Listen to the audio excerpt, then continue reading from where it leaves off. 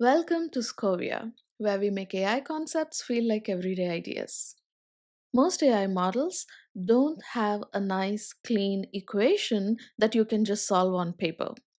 For many models, including the giant AIs that you hear about every day, there's no simple formula for the model weights. So, how do they learn? How do they figure out what these model weights are? That's where gradient descent comes to the rescue. Let's start with a simple model like the logistic regression to explain how gradient descent works. Let's say the goal of the model is to predict the chance of a patient being readmitted within 30 days. Here is some training data about it. Now we know that the exact formula of the model is this, but we don't know what these model weights are. If we substitute samples from this data set into the formula, we get the following equations. The catch is that there's no one shot formula which is going to tell us what the best weights are. We have to search for them.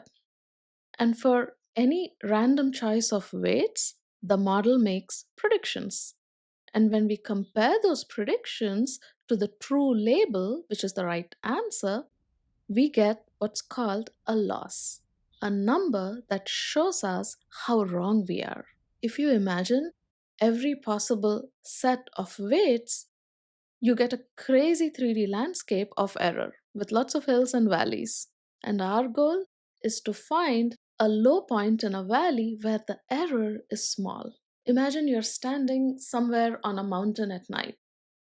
You want to reach the bottom of the valley, and that's the lowest error, the best weights. But it's dark and you can't see the whole mountain.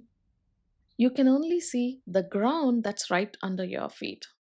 That's exactly what it feels like to train a model. So, what do?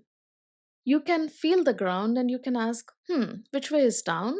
The direction of the steepest descent, where it feels the lowest, like right around you, is the gradient.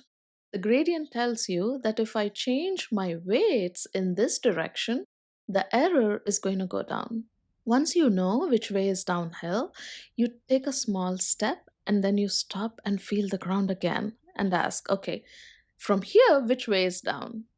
So that's gradient descent in a nutshell. You compute the gradient, which is the direction of the steepest error, update your model weights by taking a small step in that direction, and then you keep repeating this loop till you feel you have gotten to the lowest point of error. In logistic regression, there's a beautiful pattern.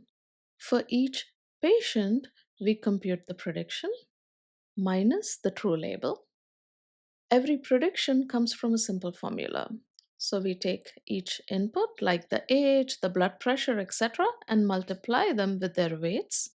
Then we add them up and push the result through the sigmoid function to get a probability. So far, so good. Now we use gradient descent. And gradient descent needs one thing, which is the gradient, right? The direction that tells us how to change each weight to reduce the model's mistakes. So let's go back to the equation for a little bit. When we compute the loss for logistic regression, the math leads to a beautifully simple result. For each weight, the gradient is actually just the prediction minus the label multiplied with the input value, and that's it. If the model predicts zero point 0.9, but the true label is 1, then the prediction minus label is just minus zero point 0.1. It's a small mistake, right? Similarly, if the model predicts zero point 0.1, but the true label is 1, then that's a big mistake. It's negative zero point 0.9. Then this difference is multiplied by the input value that the weight controls. If the input was big, the model was very wrong and the gradient pushes the weight harder. If the input barely mattered, the weight is nudged only a little bit. So we compute this for every patient and average the result, and that tells us should this weight go up or should it go down, so that the average error goes down. The next question is how big is each step? That's controlled by the learning rate. It is often written as eta.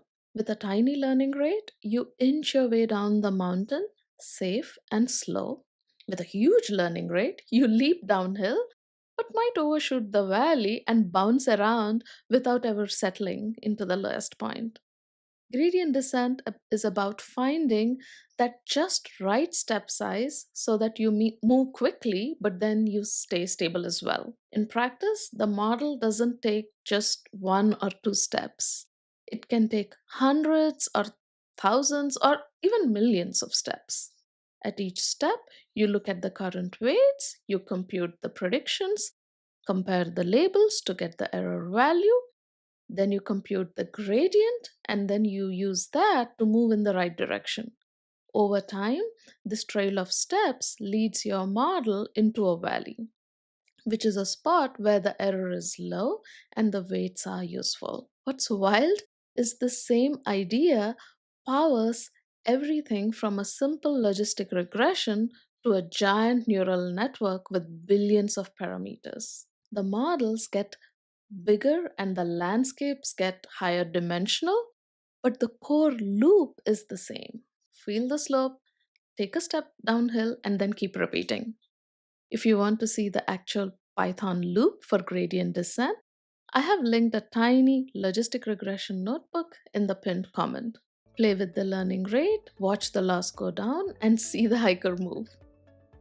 Thanks for joining us on Scoria Labs. Hit that subscribe button for more eye opening insights, and as always, stay curious.